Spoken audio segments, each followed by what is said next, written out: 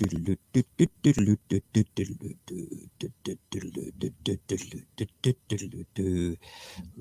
that there. Can you see that? Captain Fantastic has disappeared with £20 million. Cheeky old man. Can you believe that? He's last seen boarding an airplane with strippers saying, "See you later, motherfuckers." That's just crazy. Crazy. I didn't think the old man had it in him at all. At all, at all. It's the guy that did the Six Flags commercial. Is that what you're saying, Cocknack? Maybe. I don't know. I don't know at all. But yeah, Captain Fantastic has disappeared with all the money that he's raised. No, he's not. He's a good guy. He is a good guy. Welcome to Radio Apocalypse. Let's get the opening jingle started and let's get on with the show.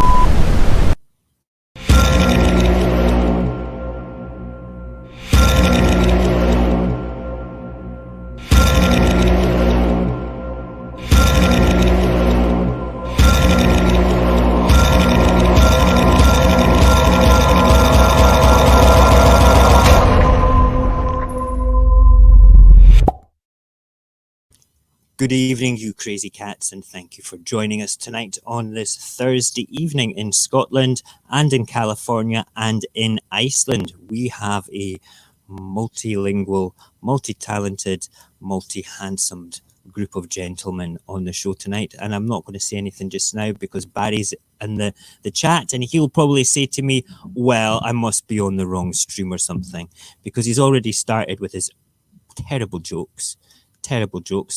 I'll read this one out for the boys in the green room just now. Ouch, a big bottle of omega-3 capsules just fell and hit me on the head. Luckily, my injuries are only super fish oil. Honestly, I need to get one of these things I can push buttons for to give sound effects, so I could have like crickets going or the sound of tumbleweeds going through the street. I don't know. Anyway, welcome to Radio Apocalypse this evening. We have, in the green room tonight, we have Cognac, one of our usual co-hosts, and a very special guest of mine called Magnus, who I've known for a very long time, gentleman all the way from Iceland, who's going to give us a little bit of a rundown of what's going on over there. Yes, thank you, Shady, as well. That's what I said as well. Jesus, for Barry's bad jokes. And Nyla, thank you for joining us as well. Nice to have you here. So tonight we're going to have a little report from Iceland, but we're going to do the usual sort of format of the COVID Chronicles, and we'll tie in with Magnus and Cognac and have sort of reports of what's going on in their parts of the world and opinions of things as we go along as well. So it's good to have you guys in the green room. They can't see you guys, I can see them, so I'm going to give them a wave to make sure they can hear me. Can you hear me, boys? Thumbs up. Yes. Yeah, good stuff. Brilliant. Right, I'm going to play the COVID Chronicles jingle, then we shall bring the boys in, and then I will start doing the few articles which I've put together for tonight. There's some interesting stuff there. It's interesting. We like to be interesting.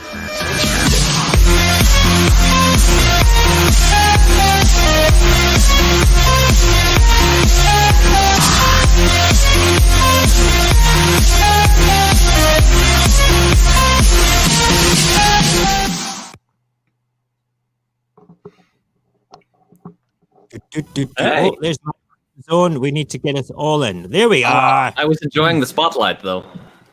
The spotlight, indeed. Ladies and gentlemen, the gentleman in the middle is our good friend Magnus. And we know the handsome chap on the right is Cognac, all the way from California. And then you unfortunately have me on the left-hand side trying. Why you got to talk yourself like that? Yeah, man? I mean, you're the one bringing us all together here.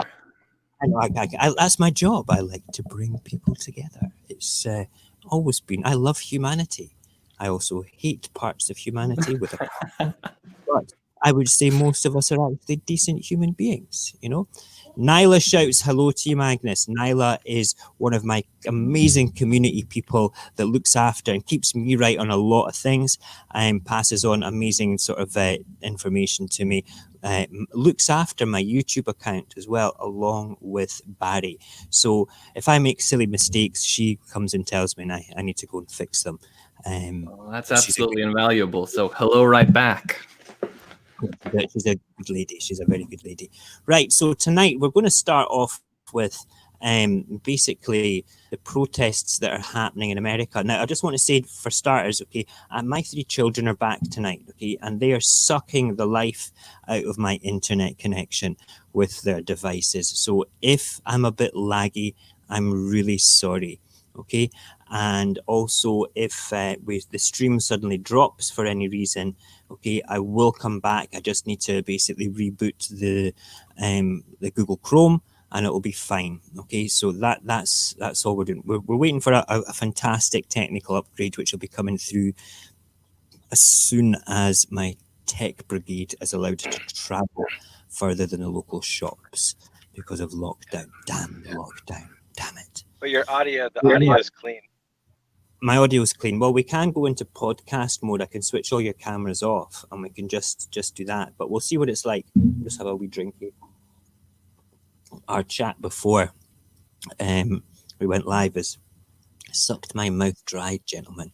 It's not the first time Magnus has sucked my mouth dry. I wish I understood what the hell that meant, but yeah, no, it's just from me talking too much, mate. That's all. It's just I don't shut up. Right. That's what it is.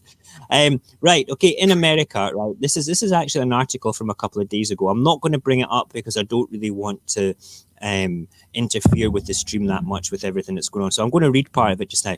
So last month, John McDaniel, a 60-year-old from Marietta, Ohio, wrote a series of Facebook posts in which he described the coronavirus outbreak as a political ploy and decried the madness of the governor's decision to close the state's restaurants and bars. If you are paranoid about getting sick, just don't go out, he wrote, adding that others should not be prevented from living their lives. Okay, right. A few weeks later, Mr. McDaniel died from complications relating to COVID-19, becoming one of the more than 40,000 Americans who have perished from the disease. In his obituary, his family requested that everyone continue practicing social distancing to keep each other safe. Now, just now in America, we know that there's some people that are protesting it, and you know, I totally understand how people don't want to do what the man says, and you know, it drives me bananas. Okay, I'm sitting in my house, and you hear me say this most nights. The guys that are watching just now, you hear me saying this. It's buffering now, Nyla. Right? Okay. I can see myself in a bit of laggy form as well. Right, okay, what I'm going to do is I am going to put us, I wonder if I can do everybody in podcast. Let me see if I can do that. Hold on a second. We might just, I'm not going to kick you guys from the studio. That's not what we want. Can you guys click on stop your cam for a second and see if I can hear you? And we'll just go into a bit of podcasty mode. Right, so is the audio okay just now, Nyla? Are you okay with the audio there? We'll come back on in a minute or two. We'll just go podcast just now for it all, and I can pull funny faces at everybody, and they won't even see it. It's amazing. Right. So what was I saying? Yeah, I get how people don't want to be infringed by this just now, but it's a completely selfish approach to what's going on. Until we know the facts. Thank you, Barry. Barry just said that I look better now because he can't see. He is so cheeky. There, I can actually hear myself. No, never mind. It's gone. I heard myself for just a moment, but it's gone now. Sorry. Right. No problem. Cool. Right. So my whole opinion is, if you have to go out and get what you need, but please, please, please don't go out for just the sake of people saying don't go out. Don't just try and stick it to the man. Because that's the thing that needs to be done because everybody else is doing it. So there's a few states in America that are doing this kind of thing. Not everybody, just a group of people. And like I say, I understand what they're fighting for. That they've not got a lot of money and things. I put a video on the front of the Mojax Happy Live Facebook page, the one where I do a lot of stuff for Radio Apocalypse, and I can't remember the name of the chat, but he's sort of going on, what's more important than life, you know? And the journalists are saying, but the economy is really important. What more important than living, you know? And it was the first time I've seen a politician actually get pissed off at the press without pandering to them. It's saying, basically, he was turning around and saying, "You're just all being dicks. You're all being a bit dickish about it all." And I think that was Andrew Cuomo. That's exactly what it was. Governor of New York. Yeah, he was very good about it all. He was very, very good about it all. I thoroughly enjoyed watching him. But guys, California, Cognac, do you have people protesting over there? Yeah, we actually there were Naughton County is very far from here, actually, and then I just, you know what, if it's weird that if they're gonna get to go out in the first place on their own free will, that's what they're choosing to spend that time doing. Yeah, I get that. In the first place, like,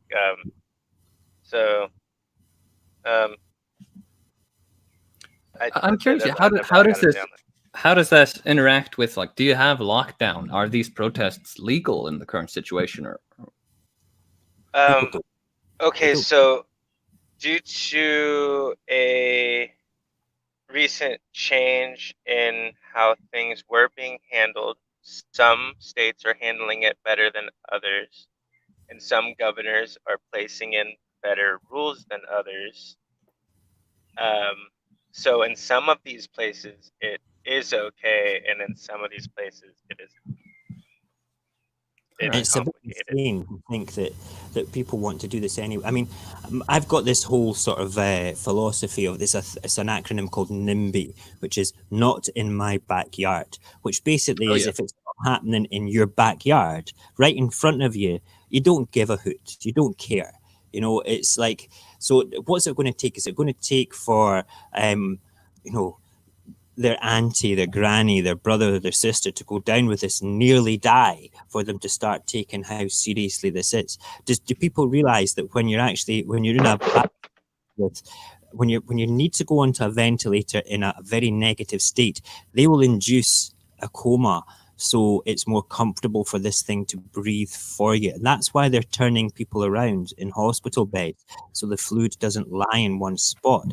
You're actually saying you don't know if you're going to wake up from this. It's a very scary thing that's going on when it gets the nasty end of it all.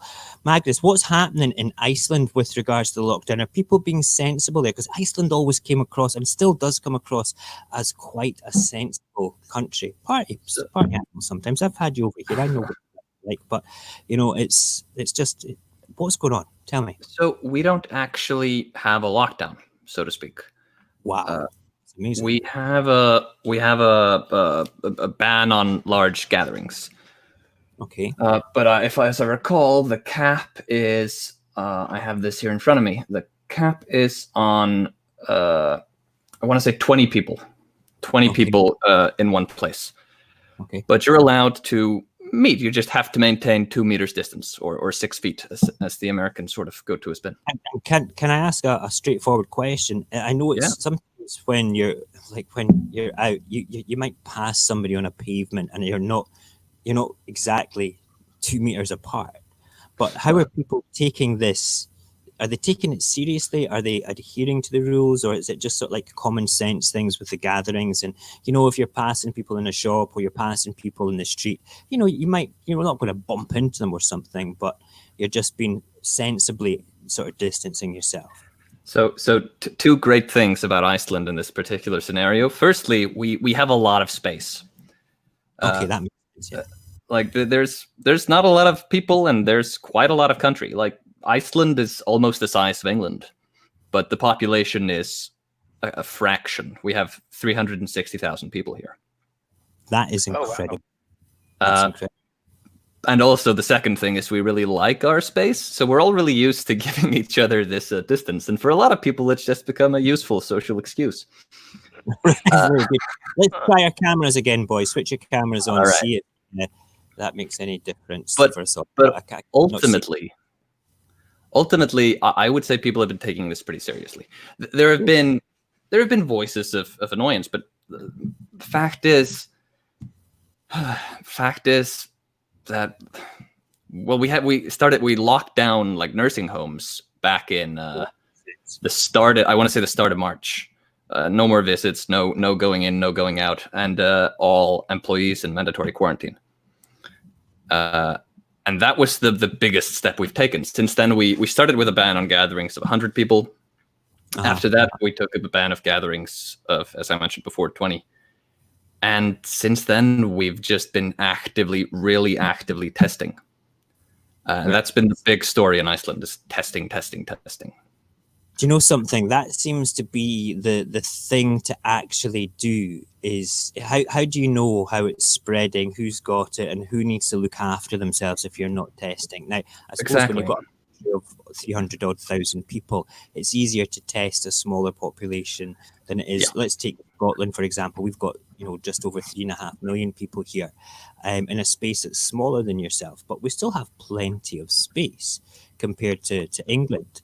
All right, but we also have a slightly different approach. We had a lot of our testing kits removed from us by the procurement laws of Westminster, so we didn't have the ability to go out and test the way that we really wanted to. But I'm absolutely astounded, and I think that that Iceland they are really taking this in a much more serious and very sensible step. It's like you're all grown-ups, that's what it's like. You're all adults dealing with this like adults should be. There's other countries throughout the world, and there's other. I don't use the word politician to describe our leaders. If I agree with a politician, they're a statesman. If they're a politician, that means they need to have their ego stroked. So it seems that is it a prime minister? It's a lady prime minister that you've got, isn't it? And she's good friend with our Nicola over here. She's visited Scotland a couple of times. Oh yeah, I did not know that actually. No, I keep tabs on her. Your prime minister. She's quite a hottie as well. I think she's perfectly on that. So if you ever bump into her in your social isolation, tell her to come on my show. I'd quite happily sit there and just look at her. She's been lined up to come visit us at our company for a few months now. So maybe that'll happen after the. That would be amazing. Damn it! I swear. I tell you something, right? I'll make a deal with you. If you say to her, send Mo an email or something like that, just to say hi. I will eat your fermented shark shit, okay?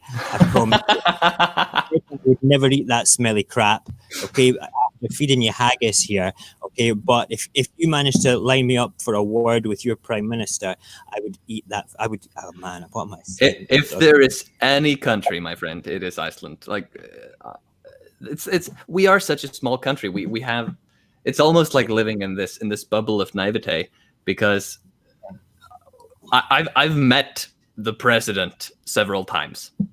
Wow. Just and that's nothing special. That's nothing interesting about me. I'm not important. But the president just, you might run into him at Domino's getting a pizza. Oh, that's really cool. That's an amazing thing. But like I was saying, Iceland seems to take this sensible approach. You test, and then when we were in the green room, you were talking about different mutations of this virus as well that the testing has discovered. Is that correct? Yeah. So then we had we have a. You go. Sorry. No. I'm sorry. There's a bit of lag, so I think I stepped on you there. We have one benefit we have in this battle is we have a really extensive genetic database. Okay.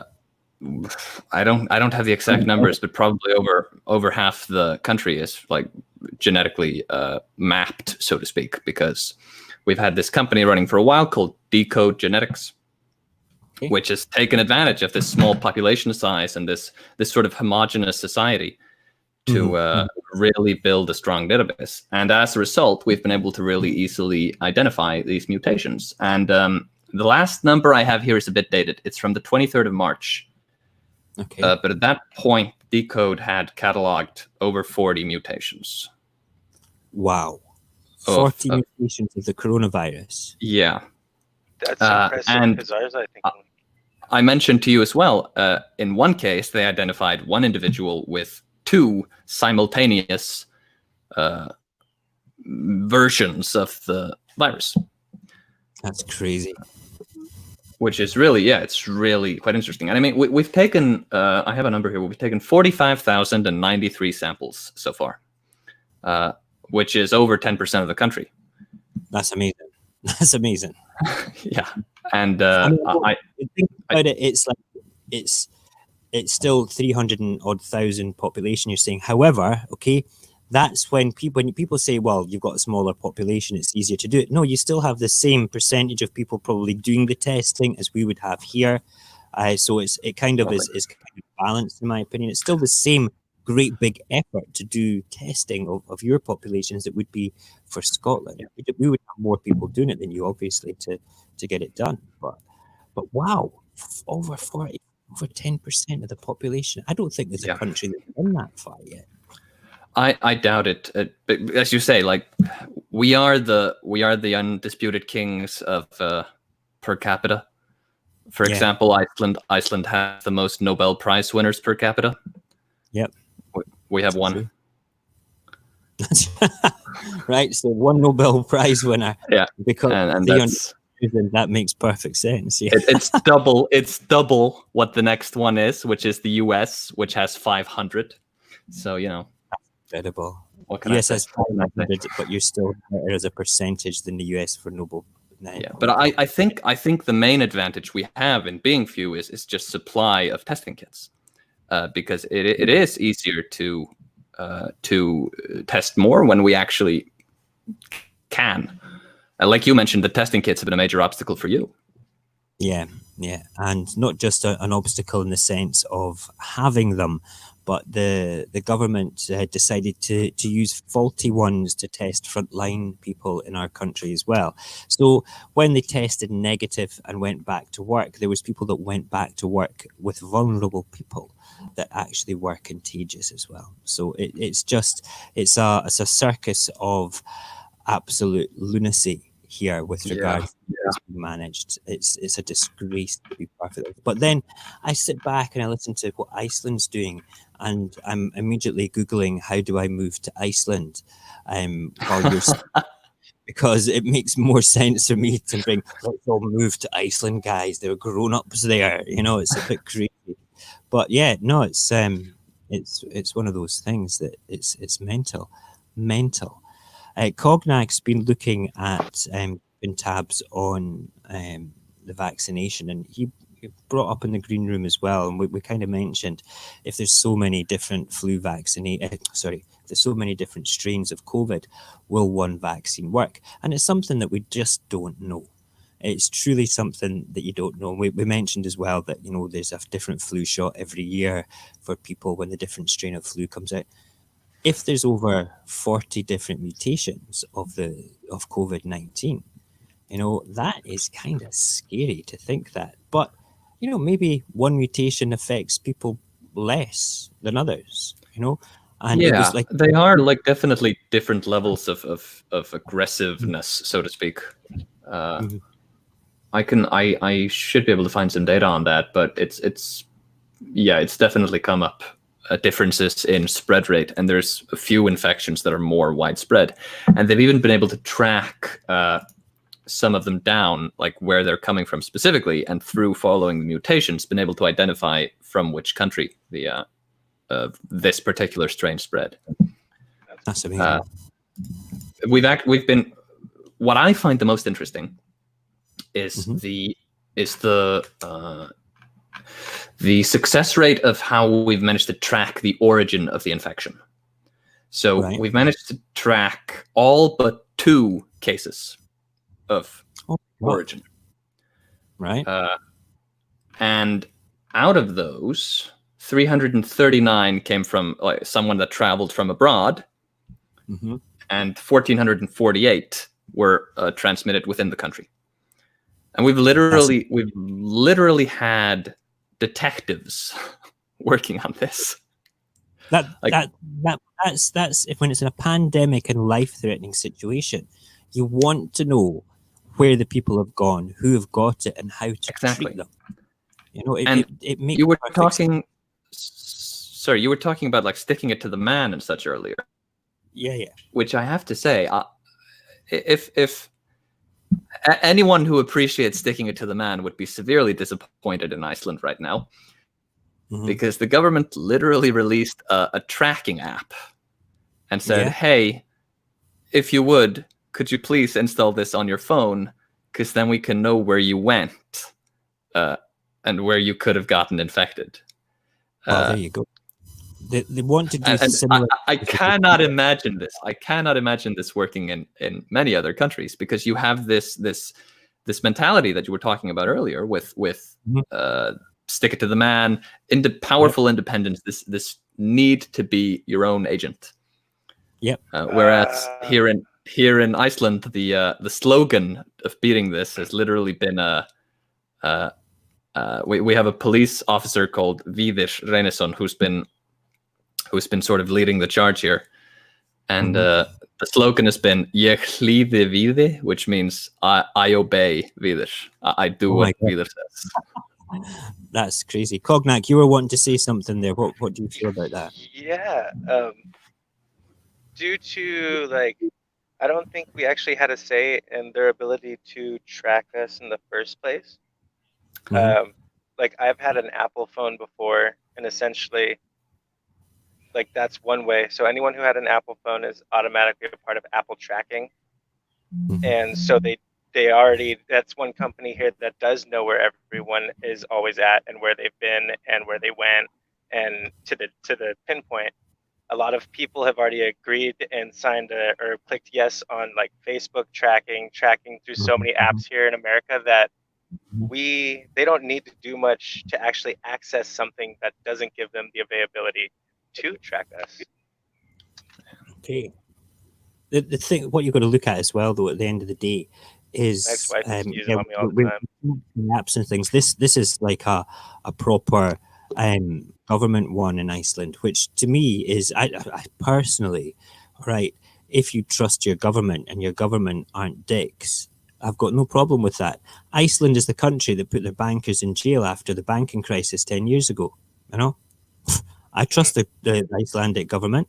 They didn't bail out the banks in the same way as the rest of the West did. They didn't sort of have 10 years of austerity the same way as Britain did. They may have done. They still suffered because of the banking crisis, but they looked at it from a realistic point of view, not a let's prop up the absolute wankers that caused the thing in the first place. It's that's criminal. You're going to jail. That gives me what's the word I'm looking for? Confidence. A simple word called confidence in the ability of statesmen, not politicians again, statesmen. They're looking after their state. They're looking after their people. They're looking after their image collectively in the world. And we could learn a lot from that. And something, Magnus, I feel that Scotland is very similar in their beliefs. There's a part of our population that don't, right? But Nicola Sturgeon, a lot of people love her or hate her. I think she's great. I'm a card-carrying member of the Scottish National Party. People call it the Nationalist Party, but that's too Nazi. We are not a Nazi party. We're a party that wants independence from a broken system down in Westminster. And we can look after ourselves. It's going to be a lot more difficult now with what's happened. The economy is completely trashed, but we still have the beliefs and hopes to move forward in that direction. And Iceland is a perfectly bright beacon of what a nation can be like with a population, a small population. I mean, you make it on your own. Wow. That's just crazy. I gotta say, and this is almost definitely a controversial opinion in Scotland and especially in England because, it's political. But anyway, I have regularly had the thought of pitying England for the fact, or Britain for the fact that Nicola Sturgeon is the leader of the SNP, because she is the only person I have seen in politics in the UK in the last 5 years that I can imagine pulling Britain out of what it's in. Yep. Because I have not seen an inspiring figure of leader. Like, agree or disagree, the last sort of identifying, the last really, really powerful leader England had, or the UK had, sorry, was Tony Blair. And unfortunately, he was a bit of a dick as well. You know, Yeah, he was, absolutely.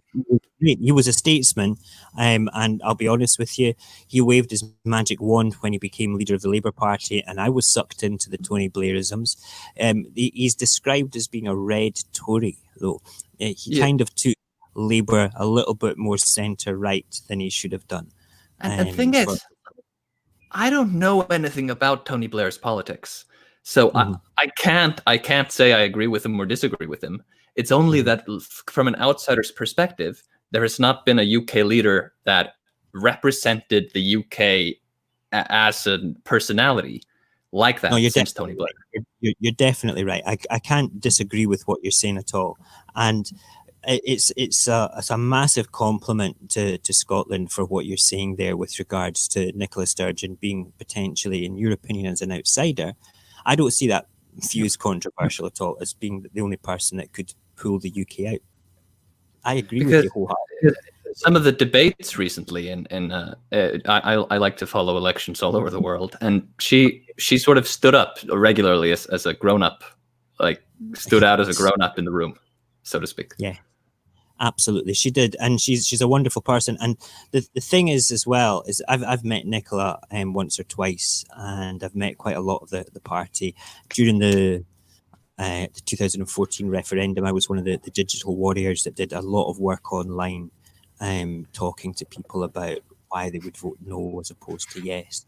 And I got invited to go to the big party count, because I was, by the time they tallied up how many people I'd spoken to, it was about 15,000 people over the space. Yeah. I was doing 8 hours at work and 8 hours after, 8 hours normal job, then 8 hours in the evening on my laptop. Right the way through. It was just like on forums, in social media, talking to people all the time, talked to about 10,000 individual people. And this is right, okay. I mean, I must have turned about 3,000 people from no to yes. Okay, without being aggressive about it, but just putting concise and good arguments forward about it all. But the long and short of it is that she's also been very sensible with her approach to what's going on here. Like, for instance, she understands that the very first thing in families' life is the children and their education, and when can we get them back to school. So the first thing in her return to normality sort of thing that she was discussing that would affect households was the kids going back to school. And the kids going back to school would be potentially on a bi-weekly basis, like half the class would be in 1 week, half the class would be in next week, so they could still isolate within the classroom environment. Sensible. My kids are doing distance learning via remote sort of access type things on laptops, so they're still at school. Sometimes they think of it as homework and they're a bit about it, but it's not. It's schoolwork. It's 2-3 hours worth of work a day. So from a family point of view, their education's okay. I encourage it. I push them to do the right things with it. I want them up early in the morning to do it as if it's a school day, and then they've got the rest of the day to themselves afterwards. But again, this is in England, they were saying that 65% of the school kids in England are not logging into this facility to get schoolwork, but as opposed to 90% of private schools in England, whereas in Scotland, you have 85 to 90% of the entire school population in Scotland logging in to actually be educated away from school. I have just lost. I'm back again. There we go. I lost myself for a minute there, which is a bit mad. But yeah, that's the difference between Scotland and England. We have a grown-up in charge. We don't have a clown. And if you've watched the stream, you hear that I talk about Dominic, who is an advisor to Boris Johnson. He's the head advisor. I call him Lord Voldemort because he looks like a human version of Lord Voldemort from the movies, to be perfectly honest. And both of those two are pantomime characters, as far as I'm concerned. He reminds me of Humphrey from Yes Minister, personally. Yes, that well, except Humphrey was more articulate. Okay, that's all I can say. There. Far more articulate. Right, listen, I could ramble and talk to you all night about politics. That's something that's very close to my heart. But, Yeah, same. I want to move on to different things. One of the other things that I wanted to talk about, let me close down those windows. I don't need to have them open anymore. Great. This will take some stress off my processor and the bandwidth all at the same time, which is great. Come on, slow down. There we go. Right. So one of the other things that is with everything that's going on is the personal protective equipment that basically Britain has or has not got. And my 2 pages are taking ages to load up, so I'm just going to have to talk from memory from it all. We have a massive warehouse down here in Merseyside, because I was kind of looking online to see where's all this stored, why is it not going out? And it was a private company that basically looks after Britain's emergency stockpile of PPE. And over the past 4 months, they've been going through a sale of their organization. They're actually now being sold to another company. So one of the logistical problems that they've had, even though they say it's not been a problem, is been the red tape because of the sale. They've not wanted to release this and put it all out and everything. And that's kind of scary, because we've got doctors and nurses here that don't have the right equipment. What's the equipment? What's the health service like in Iceland, Magnus? It's completely nationalized. And does it work? Yeah, absolutely. Like, there are, of course, waiting times. Like, that is always the downside, and a lot of the issue we have is with funding. It's a very common political issue is healthcare funding. Right. And definitely, I know people who have had to wait. I'm going to take an example of my great uncle who needed hip replacements in both hips, and he had to wait 1 year for one hip and then another year for the other hip. Wow, that's uncommon over here as well. Sometimes you don't want to do both hips at the same time because of infection rate and stuff like that. But yeah, still, a nationalized health service is something that I feel very strongly about. Healthcare. I agree. Yeah, we should have that as a human right. In America, Cognac, you don't have a nationalized healthcare system. I'm going to ask you a personal question. Do you have medical insurance for yourself? I do. I'm on Medi-Cal. Right, got you.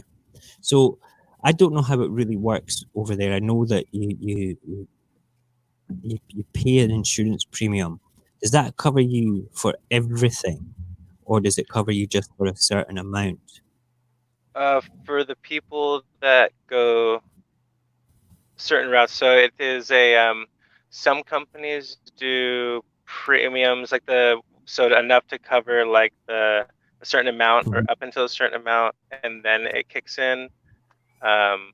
Mine is actually a low income version of what they offer. So mine's actually mine is a free provided by the whatever company controls the whole main thing. And the thing for me is it says 0 down, and it is there. Actually, it's basically the one that went into effect when Obama was our president. Right, got you. It is a form of that, but what it is now. And to be honest, without it, the heart attack I went through, and the pneumonia and a few other things would have been. I was looking at some pretty good numbers, and at that time I was so young. I was 18 to 23 when some of that happened. Holy shit! And so I guess our bed itself, just the bed, was 10 Mhm. grand as a just itself before anything was even done. So to be honest, without it, I'd still We be might paying not have bills been currently. having this conversation right now if it wasn't for that. You know, Oh, it's and there's that too. I wouldn't have gotten the help I needed. Like none of it. Or it's crazy. yeah. My whole thing with profiteering, basically a profit margin when it comes to healthcare, I think that it completely rubs against what I feel as a human being, that we should have different sort of way of doing things. It's not right. It's not right. It's like it's the same thing in my head why people have to walk 10 miles to get a bucket of water in certain parts of the third world. You know, why do people have to walk 10 miles? Why do we have people with billions on offshore bank accounts that could basically prevent the world from feeling that way? Okay, at the end of tonight's show, there's something I want to talk about with regards to all this, which is a new show that I'm launching on Monday night, actually, and it's to do with a lot of people do stuff. I'm going to launch all the adverts after midnight tonight once I finish them, and get people involved with it. But we'll talk about that afterwards. The reason I'm asking you about the medical system in America, Cognac, is that the company that actually looks after the emergency PPE was one of the parts of our NHS that was sold to American companies. It was privatized. So this whole emergency system used to be looked after by the government, by the NHS system, but it was actually sold to a part of an American company, and then the American company sold it on to somebody else. So this is where the profiteering of capitalism has a direct effect on the safety of people, and I don't think that that's the right thing, to be perfectly honest. You know, but it's a terrible thing, but it's part of the bigger report that I'm currently investigating just now, from lots of links sent by people and stuff, and lots of newspaper reports. I've even sent an email to the Guardian as well, because they're doing the same thing as me. I'm saying, if you get anything juicy, let me put it on my show. That's a newspaper over here, but that's Yeah. by the by. Yeah. There's another interesting thing before we move on and have a bit of a laugh at some of the Edinburgh population being dicks outside a burger bar. There's also another interesting thing to say, that in 2016, the British government actually went through a pandemic exercise. We went through a 3-day exercise where basically a virile form of the flu on a pandemic level killed many, many people fictitiously. Okay, to see how prepared we would actually be as a nation. And one of the most important things that leveled out at the top was we would not have enough respirators. Okay, the government has known about this since 2016, that they know that we would not have enough if this happened. And then when this first started going out in November and December, and then hit us and started to go, you know, to pandemic levels, they still didn't do anything about it. So we've known for before even COVID-19 was around that we would not be able to cope.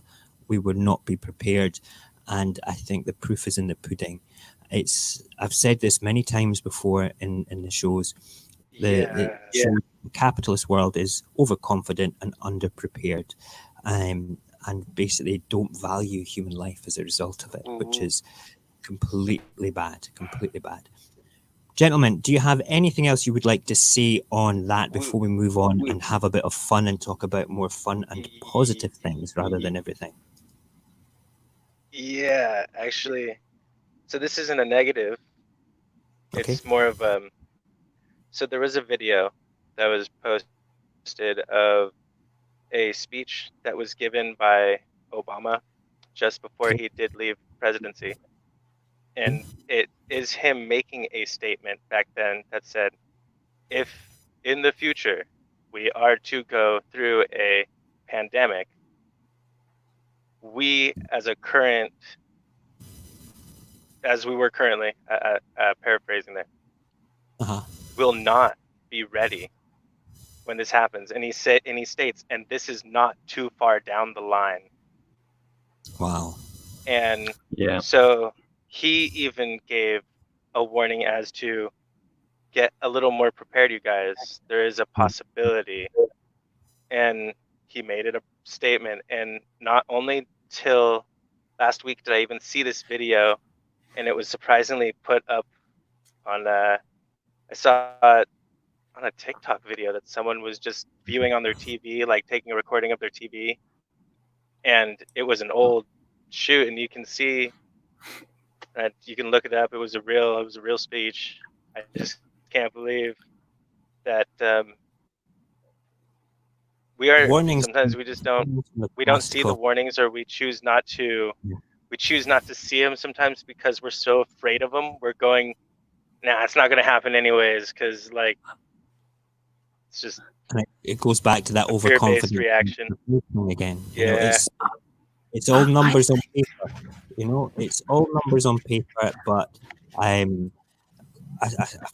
keep going around in circles. If I was that incompetent at my job, if you were that incompetent at your job and risked people's lives, same with you, Cognac, you would be fucking sacked. We wouldn't be in jobs, but unfortunately politicians have to wait for either extreme social disorder and a revolution to get them out of power, or the next general election, but then they make incredible promises and stupid people believe them. I think a lot of this is also just the classic human nature thing we all know.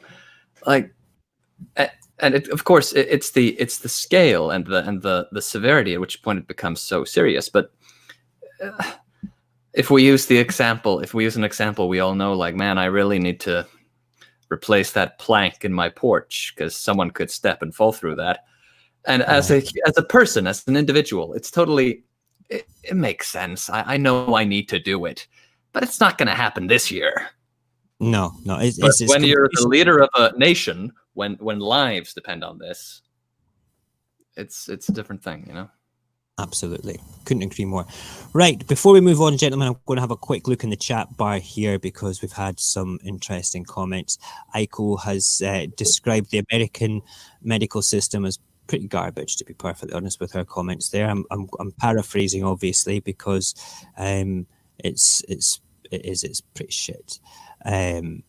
Then we've got Shady as well, that basically thinks that the whole situation is pretty crap. And actually, Aiko's had issues with mental health insurance as well, which is just shocking. It's just shocking. You need to move to Iceland or to the UK, Aiko, where we'll look after you. You'll have friends. You've got Ron, my brother, and myself. I hope everybody wished my brher happy birthday today. I did it this morning. And is it too late if I do it now? Is it? No, it'll be okay. You can do it now. That's happy birthday.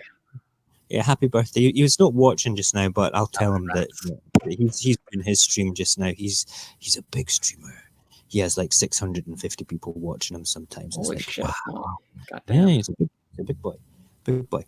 Right, so we're going to move on to COVIDiots of the day, hopefully without any hiccup of the jingle. Let's see if it'll play, and then we will show, hopefully we'll be able to actually show this picture as well. Let's see. Fingers crossed.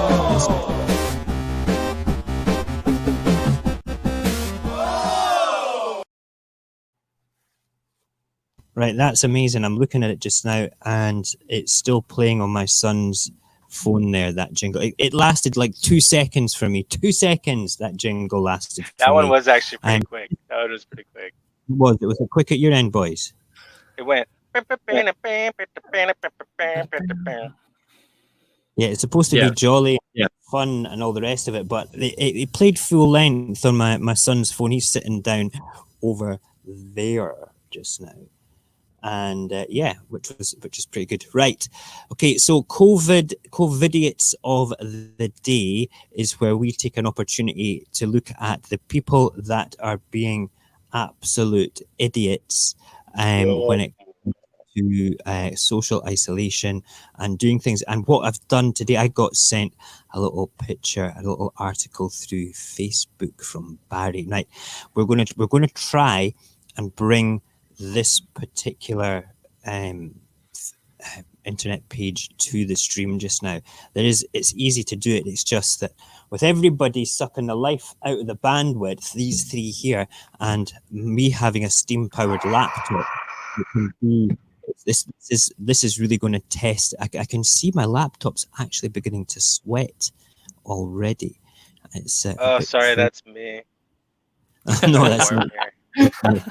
Trust me, it's not you. Right, okay, come on, we're nearly there. It's stretching it.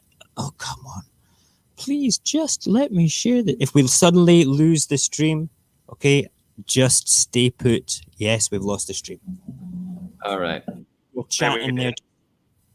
Into there, please, Paxton. It says live. Yeah, I can still hear you. By the way, can you still hear me? We can, but we can't see your camera. It's, your image is frozen. Right. Don't no worry. sweat. It's not unflattering at all. Charming. I can see you guys on my son's thing, so give us a wave, so I know that that's fine. I'm just waiting for it to come. What's up, Pac-Man? We'll speak. Fine. Man, these headphones do a number in my ears. Just waiting. I feel you. I'm still getting used to the. I was getting headaches at first after we'd be done, just because I wasn't used to using them constant for a while, and I'm reconfiguring. I'm getting used to them again.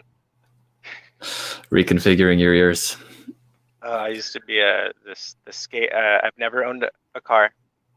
This RV is technically my first vehicle purchase, but I've never actually decided to own a car. I've always been a skateboarder and a bicycle person. No matter how far the distance, I never just, it didn't matter. So headphones I used to wear all the time, music 24/7, didn't have to listen to society.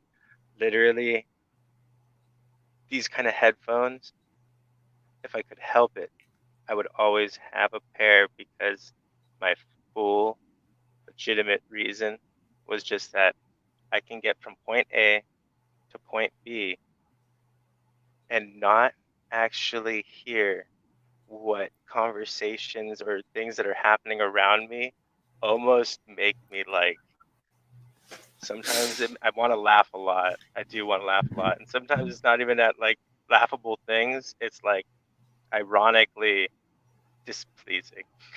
No, I get you. So yeah. So it's good. It's cool. This kind of stream going on.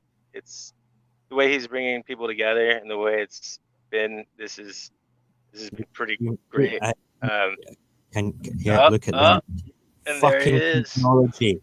I swear to God. All right? I swear to God. Thank you, Virtuoso. That is my boy that is sitting to the left of me just now. I'm saying, will you just please do a wee note saying that you'll be back soon? It just dropped. The arse dropped out of Chrome there. I'm going to try it again, okay? I really want you to see this picture. I think it will be fine now that we've refreshed. If I drop out again, it will only take me 2 minutes to bring it back up again. Fingers crossed we don't lose. Oh, look at that. Yes. It seems to have worked better. Right, okay, so here we go. And we'll just wait for that picture to come up there. What we have here, this is Five Guys Burgers. Today, not 5 to 10 minutes. It's a 5-minute drive from my house, this place. I love right? Five Guys. This is like 10 minutes. I've never even been there. I make better burgers. Fucking Five Guys, I swear to God. I've only been there one time. I'm just getting all ranty. I say just for all the free. I just say because you can get free peanuts when you go inside. Man. Yeah, I've only been there one time, and that was the reason I liked it. How many the free people peanuts. Reach into that peanut bin. Did they give you your own bowl? Yeah, don't do it, man. You get to reach in. You get to reach in by hand and pull them out and stick them in the thing. It's one big vat of peanuts that people who just get to reach in and grab and stick. They're like bar peanuts. No, man, don't do it. You know, I would rather have COVID-19 than eat those friggin' peanuts. So what's funny is even though we have a delivery only, it can only be delivery services here right now. Okay. In my head, unless they replaced the whole like 200-pound vat of peanuts. If you order peanuts from there with your burger, one of them was like, they're still gonna reach into that same vat and bring them to you. So Oh my my head was like, gosh. I hope they replaced Oh my all the God. peanuts, like all the peanuts. But that's my No. take on Five Guys, since you're bringing them No, up. But no. other than that, I loved them back then. At the purpose was good. No. Holy This is Five Guys, right? We've established now that they're a health hazard for their big bucket of peanuts. All right. yes. So are the people. Look at this. This is wow. Okay. They announced that they're going to go and open for takeaway only. All right. And everybody goes, let's go and grab a burger. Okay. Make them your man. people. They are so easy to do. All right. I will make a 1-minute burger recipe video and stick it on YouTube. I did a burgers, beer and barbecue video the other day there which shows me them pressing them. I don't tell the recipe, but the recipe is a piece of cake. You know, I'm not going to go through it just now, but they're so easy to make and they're so much tastier. You know, burgers are my expertise for the barbecue, and we're having a barbie tomorrow. Oh, I'm so excited! But no, this is insane. This is like, you know, you've got a trampoline, one of these big sort of like trampoline foam pit places just next to it. You've got a casino next to it there. You've got a whole bunch of restaurants and another cinema to the left of that there. They're all closed just now, but Five Guys say, yeah, let's just open for a day and do some takeaways. Yeah. Let's just do some takeaways. It's going to be dead good. It's going to be easy peasy. Do you have Five Guys in Iceland, Magnus? We don't even have McDonald's in Iceland, man. That is guys are so lucky. legendary. That is amazing. We have a few of the big chains. We have KFC.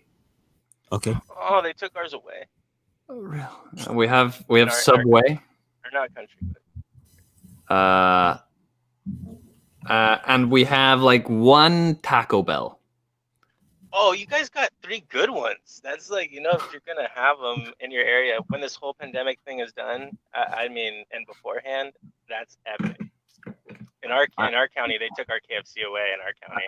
I gotta admit, That was pretty I've never been to KFC or Taco Bell here. So Okay, currently, my rule of thumb is if you have to, people, if you have to order out, 1, they say pizza sauce is too acidic for it, and then 2, anything that comes out of the deep fryer is running at a temperature that's just abnormally outrageous until it even gets to you.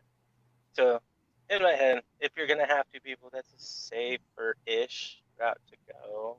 Anything Yeah, out of the deep fryer I and get you. acidic. But other than that, I like Mojax saying the cooking at home thing is definitely more going to be more fun, different, getting to experiment You and know something? with what we can get a hold of. I've not really had a takeaway in friggin' ages.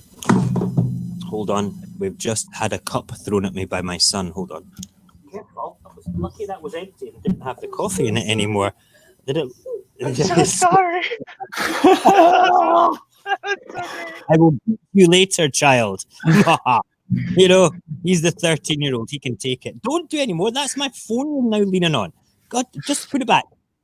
This is my zone. That's your zone. Respect the zones. You're 13 now, all right? You know what's crazy? The drip, Karen. You know what's absolutely crazy? What? That's Paxton, I'm assuming, right? Yeah, that's correct. Yes. He had just been born when we met. That's correct. Yeah, that is absolutely nuts. That's right, because then we played and then we had to decide what rune was going to be called later on. Wow. And do you know Mental. what's even crazier? Go on. I was younger than he is now. Oh my God. Yeah. I feel like I feel so. I'm very immature. Impressive. Yeah. So I have to do it, though. we became friends when I was younger than your eldest son is Don't now. say that out loud. That sounds dodgy. Make me out to be a predator now. Honestly. You know, I swear to God. Next thing, my brother will be bringing me up on his shows with his stuff. All right? I swear It's to all right. God. It's all right. I didn't come to visit until I was 20. Yeah, I know. I've known you a long time, man. Okay, the power of the internet, okay? Especially when you're playing games. I just treated everybody the same. I Yeah, swear man. to God. That was Yeah, funny. see, on WoW, everyone was known by just a level instead of It's true. Yeah. level and a name. Yeah. Let's go back to talking about burgers now, please, can we? Right. Oh, by the way, Seriously, I right? gotta wonder, did either of you try the DLC characters, the purple dragon with the tail and the what They was have the a other race? burger, Cognac. Okay, We're not okay. talking about games and grown-up shit anymore, okay? We're talking about fucking burgers, all right? That's what we're doing, right? I swear to God. Right, that's all good. It's all good. Yeah. Nah. It's all good in the hood. I've known Magnus a very long time. I was never a dodgy character playing games with younger people in a dodgy sense. It was World of Warcraft. Everybody was the same age in my head. Everybody was my age, about 30. Okay. And if you weren't 30, that's your own friggin' problem. Okay.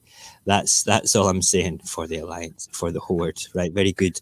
Okay. So I think we'll move away from burgers now. I want to say to Naya and my husband that I will make you a personal burger video. I need to do that when the kids aren't here though, so I can set up the kitchen and do a couple of cameras and light it properly, and I'll make it beautiful. I'll do like a 2-3 minute one because they want to know the recipe for a nice burger that has black pudding in it. I will say about home cooking as well. Magnus has experienced my home cooking when he was traveling through Britain, and I didn't manage to poison him, which was good. It was a very positive thing. So yeah, so I can't be too bad with that. We're going to finish tonight with, we've been on for about an hour now, which is great, but I'm going to do the isolation games jingle. Hopefully that will not kill the stream as well.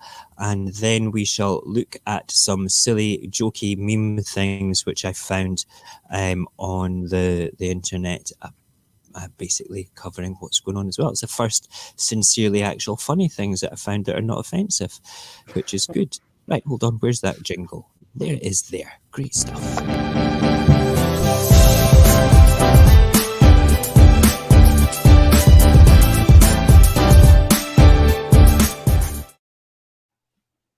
Somebody asked me why I have Disney at the end of that and Netflix at the front. It's about the isolation games. It's about what people are doing. And when I first made that, it seemed that everybody was binge watching everything on Disney Plus and binge watching stuff on Netflix. And then a couple of days later, I started to put like cakes and yoga pictures up on the thing, which I still have some cakes, because in the top 10 things of the first 2 weeks of isolation in Great Britain and parts of Europe, people were doing yoga outrageously, okay, and baking. Yoga and baking were the two things people were doing in isolation at their home, which is not a bad thing, actually, to be perfectly honest. I can think of worse things.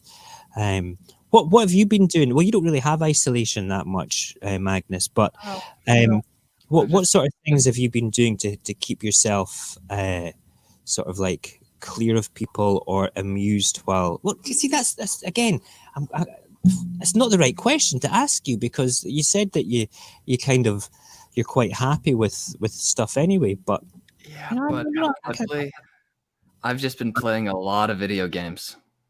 Lucky man. That's really the answer. Like I still have work, so I'm working remotely, but at a reduced amount, which is easy to do when you work for a tech company. But apart from that, so many video games, and it's really in some ways it's a return to old form. Like, you know, I used to play way too many video games, but it's also an opportunity to reconnect with old friends, like gaming friends. Well, that's true as well, and I'm very happy that they've brought out the classic version of World of Warcraft again. I'm so tempted to reopen the tavern. I really am. We'll talk about that in the green though, okay? Barry's just waiting for me to say that. You're going to open the tavern again. Awesome. Amazing. Right. Let us have I'm going to try and connect this one. If we lose this stream again, I apologize in advance. I will come back as quickly as I can. Here we go. Oh, please don't lose it. Please don't lose it. Yes, we managed to keep it. Awesome. Right. No, I want to go back to the three of us first. Okay. So this is just 10 sort of meme of them are not memes. Some of them are, why are you not coming up? There we go. That's what we want. Excellent. And I'm going to bring up the full screen for this so we can all look at them a little bit too close to it. Oh, let's just wait for it. There we go. Excellent. Right. The first one is, I said at the start of the stream about there's one mask that could save millions of people that's in this. It's the very first one that's here. Wait for it. Oh, come on. There you are. That mask there could save millions of people's lives. You know? I like that. Brilliant. Yeah, That's pretty good. Yeah. See, I told you duct tape fixes everything. I knew it. It does. It does. It's something that could. Yeah, go and get something to eat. It's all good. The next one, Mother Nature. World, there is no way we can shut everything down in order to lower emissions, slow climate change, and protect the environment. Mother Nature. Here's a virus. Go practice. Yeah, you know, I said to Cognac weeks ago that wouldn't it be funny if I'm a kind of a believer that the Earth is an organic sort of huge big sort of creature. It doesn't maybe not have a conscious, but it works kind of on instinct. Ask your brother. Okay. This would be. I kind of feel that, you know, we're kind of parasites that it loves, but it doesn't want to kill us all, but just wants to say, look, you're causing me a little bit of a rash here. I'm going to react it by producing an anti-rash type thing, which is a virus. And we looked at pictures last night of all around the world where air pollution has dropped dramatically because obviously we're not driving cars anymore. Factories aren't belching out smoke anymore. You know, it's incredible to think that that's the case. And this is where the two things that I want to talk about at the end of tonight's show. One of them is a video, and it's just, I think we've got a tremendous opportunity to take the world into a much more grown-up environment if we actually took it upon ourselves to learn the lessons of isolation and reflect properly upon it. Just me. I'm an idealist, always have been. Dear Netflix, can you please turn off the "Are you still watching" feature? Yes, we are in quarantine, so yes, we are still watching. I don't need this kind of judgment in this time of uncertainty. If you could please update it with, "Are you sure you want to eat that notice?" That would be much more helpful at this time. Sincerely, me. Yes, I liked that one. That was quite apt. Here we go. You thought dogs were hard to train. Look at the humans. They can't sit and stay. So true. We like that too. Fun facts. Isn't it weird that people living paycheck to paycheck are supposed to have months worth of savings for emergencies, while billion-dollar corporations are so poorly managed they are on the brink of bankruptcy after a week of reduced profits? Okay, hold on a second. I can feel a rant coming on. I hate soulless big entities that are corporations. They're part of the world, okay, but the fact that they have more rights over us as human beings is a disgrace. Okay, I think that they should be forced to pay the maximum level of taxation to provide the funds necessary to manage civilization on an epic scale. I think that is so important. But unfortunately, it's a capitalist world, and it's bullshit because money talks, and that's the way that it is. Sorry, guys, I had to come onto the big screen there and have my little rant. My little ranty rant. It's crazy. Right, let's move on. Very good. This might be the most serious thing you've ever posted. What?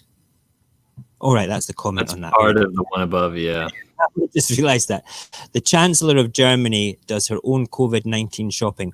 1 packet of toilet paper, 4 bottles of wine. That sounds about right to me. I don't believe that's the Chancellor of Germany. Alike, but it's nice. It'd be nice to think that's what she was doing, though. You know, it'd be quite amazing. They are doing us some. They're doing us some big favour. The world now, medical personnel.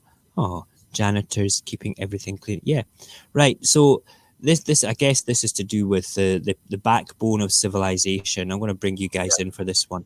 The backbone of civilization to me is the people that do the work that we take for granted, the people that collect our recycling and our garbage in garbage trucks, the postmen, the people that stock the shelves in supermarkets. Obviously, doctors and nurses have always had a better reputation than that particular backbone I'm talking about. But if it wasn't for the menial workers of the world, we wouldn't have a civilization as such. They're so important to every aspect. And one morning stream, we get our buckets, our trash big bin things collected on a Tuesday. And one morning stream, I could see them coming along the distance, and I opened the window and live on the internet, I was shouting at them to say they were doing a good job, because they don't get enough thanks. People like that, they're kind of ignored and shunned by society. What's the opinion in Iceland of the sort of like the menial jobs? Do people still ignore them, or are they always been like kind of cherished in an uncertain way? Do you want to go first, Cognac? You were. Oh, I thought he was talking to you directly first. I'll be quick. The only reason I agree so cold-heartedly is because, oh God, as weird as a concept to mesh together is the movie A Day Without a Mexican. If everybody in the world all of a sudden had to deal with all their trash, just as equivalent, people would freak out. Nobody would know what to do with their trash. Or people would trip out that they'd even have to get all their trash, put it in their own car, and take it to a dump, let alone there even is a dump at that point now. So, like, who would manage the dump? That is what people don't see. That is the people that, like, that's what it would take. Seriously, like, but at the same time, luckily there are people like us that do appreciate occasionally or whatnot, because it just takes a few. But I will say, definitely underappreciated. The fact that in the middle of a pandemic, I can rely on the fact that I will always be able to walk out this door and throw my bag of garbage into a bin where it disappears from my life forever is amazing. It's genuinely mind-blowing. And the fact that people still are working on this, people are going through, like they're getting your bins. They are doing the work of making sure they don't get infected from your bin. Wow, it's nuts to me. But I think we absolutely deal with the same issue as all other countries, and that these fields are underappreciated. And Iceland's a country with a really inflated middle class. Which is most people would call a very good thing, and I don't disagree necessarily, but it does mean that the lower classes that do exist sort of do so in a way that a lot of people don't really believe they do. And you have a lot of the lower class, and I use class in a way that I hope doesn't come off as offensive, but I mean working class people are invisible in a lot of ways, and a lot of them are foreign here in Iceland as well. Okay. And I think a lot of that does go unappreciated. No, I agree with you. And you know something, it's really warm-hearted to hear both you guys say that, because I'm a manager in a local store, right? Big store, still at the same place as I was when I met you, Magnus. I'm a manager there. And at the start of the pandemic, people were mistreating colleagues left, right, and centre because of the shortages. People were panic buying things. They are taken completely and utterly for granted. But would you believe the core leadership at the highest level stepped in and said to the customers, "Shut the hell up," basically.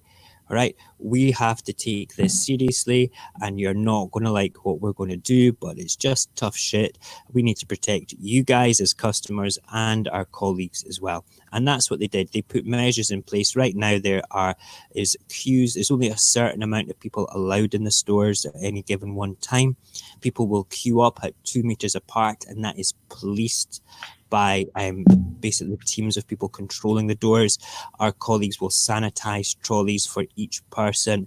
They're 9 times out of 10, they're going through self-scans, so they don't have to do it. There's a designated route to walk around the store, so you're not coming face to face with people. It's insane. Who would have thought a year ago that we would go into a supermarket and have to behave like that? You know? Think about that. These people, you and your colleagues, you're hired to sell food, to manage a store, and all of a sudden a pandemic strikes, and without any warning, without any consultation, without getting to have any say in it, it is suddenly your job to prevent every single person that comes to your store from being at any risk of catching the infection. You need to sanitize everything. You need to organize their path around. You need to police that they stand apart far enough and aren't too busy fighting over their spot in the queue. Yeah, it's insane. It's insane. But that's the world that we live in now. It's a COVID world, you know. It's insane. But yeah, that's what it's like. It's mental. Let's finish these memes and have a chat about something else at the end as well. Let's just where are we? Come on, up you come, screen. I've clicked on you. It's not going. I'm just waiting for it to come onto you guys. There we go. We're back again. Great. So that was about the menial working things. My overprotective Catholic mother just told me this lockdown is God's way of telling me that I go out too much. Sorry, everyone. This entire pandemic is my fault for not staying at home. My bad. That's quite funny. Coronavirus Denmark. Look at that. That's government speech things. Coronavirus America.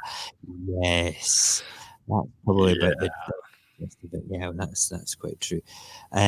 You know, the people that won't self-quarantine are the same assholes that would hide a zombie bite. Yes, I agree. Yes, they would probably do that. Yes.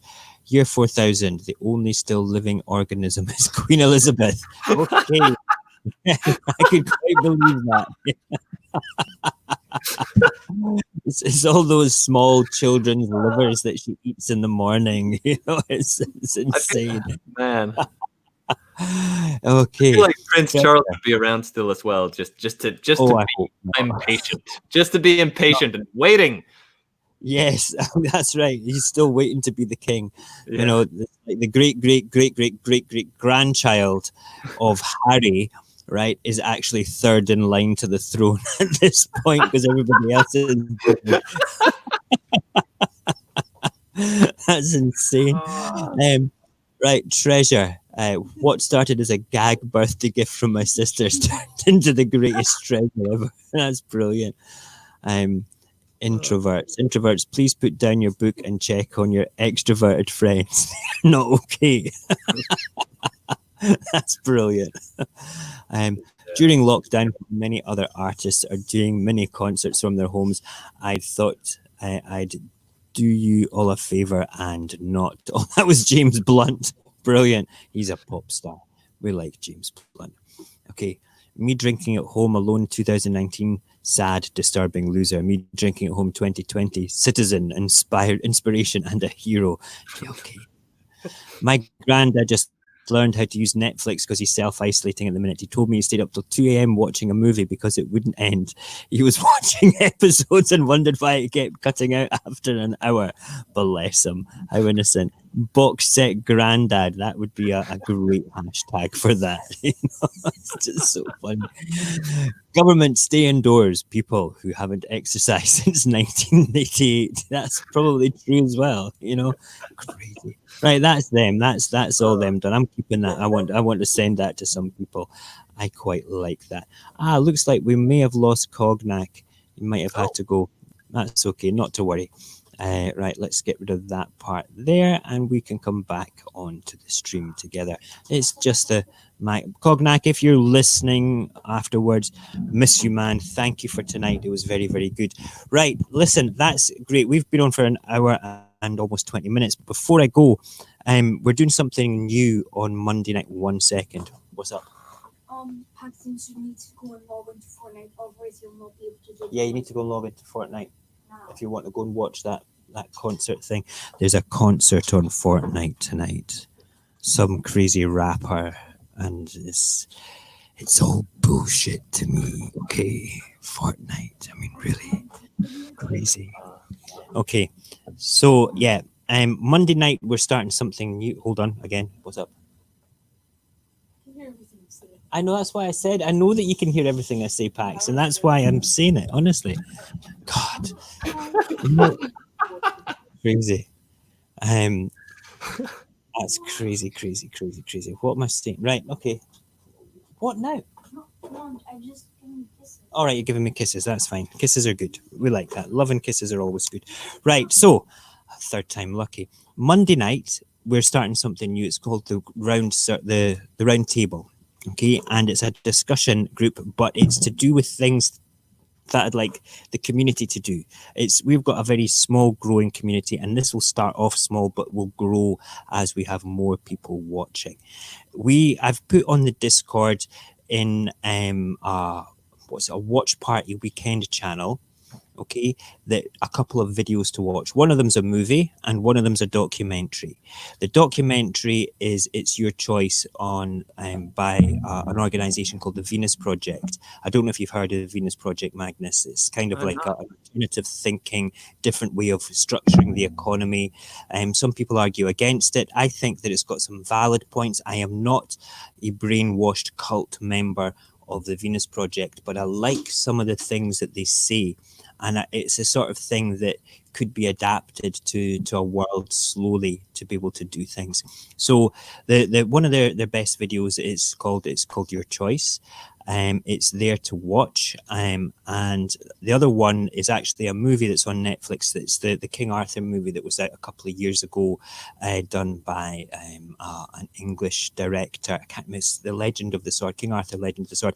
It's a great movie. I've seen it before. It's a bit nonsensical. It's a bit popcorny. It's not going to change your life. But the reason I chose that one was because we're doing it as a round table sort of discussion. Now, the whole concept is go away and watch these films over the weekend at your leisure, or arrange with people from the community to do a watch party type thing.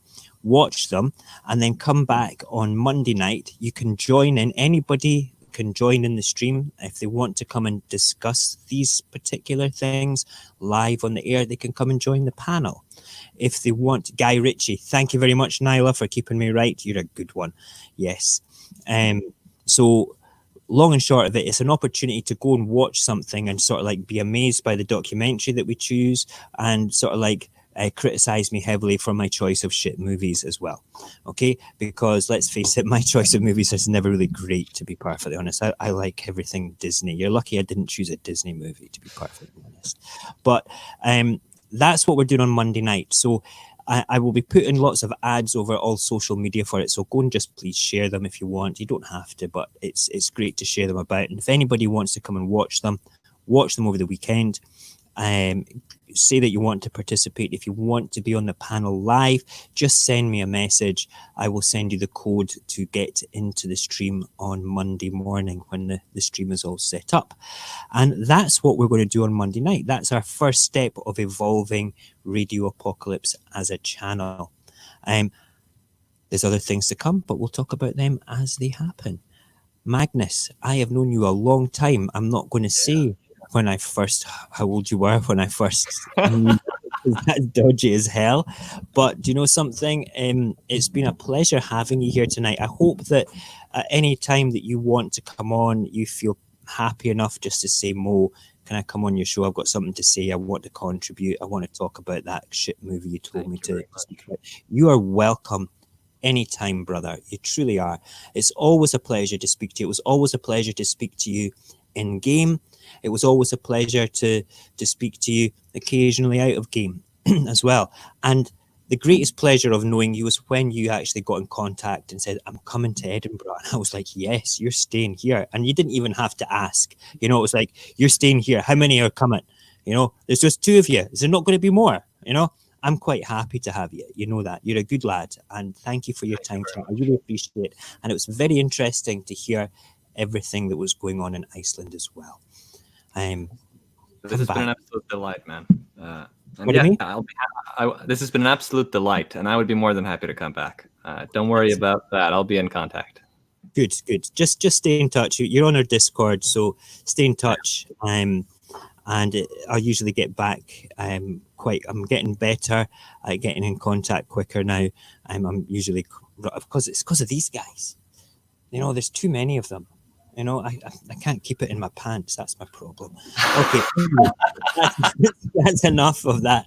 Listen, thank you. Nyla says it was nice meeting you. Nyla, Magnus is on Likewise. our Discord as well. So everybody say hi to Magnus in Discord. Tell your friends, Magnus, as well, if they want to come and watch the stream and watch you get embarrassed with the things that this crazy Scotsman says. It would be good to have them as well.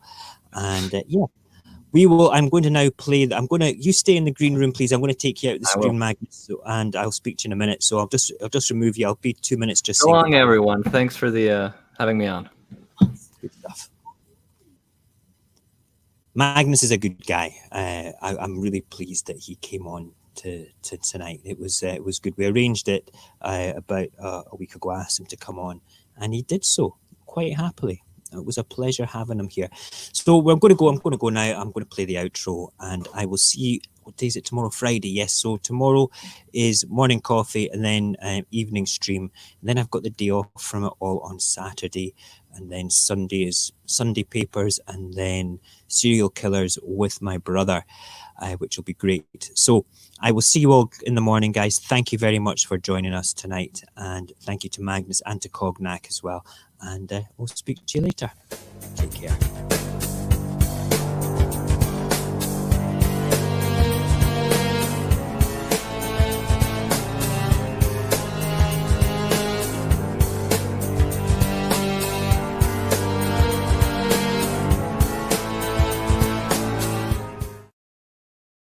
Can you believe that old bastard ran off with £20 million? I can't get over that. What a wanker. God, old people, I don't get it. Shocking.